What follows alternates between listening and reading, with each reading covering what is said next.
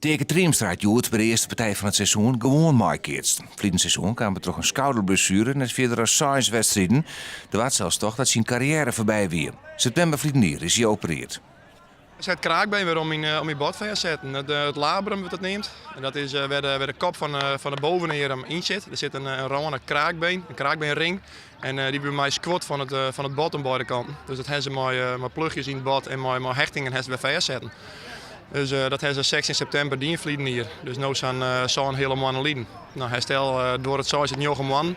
En de eerste 3 maanden bij mij net geweldig. Dus ik ben heel blij dat ik er nu weer stingen. Een flinke operatie dat hij in eerste instantie nog behoorlijk last van hier. Maar na een spuit gaat het al een stuk beter. Let er nou treiger in de weken verzwaardig. Na het er wekenlang traint het, nou dus de eerste wedstrijd.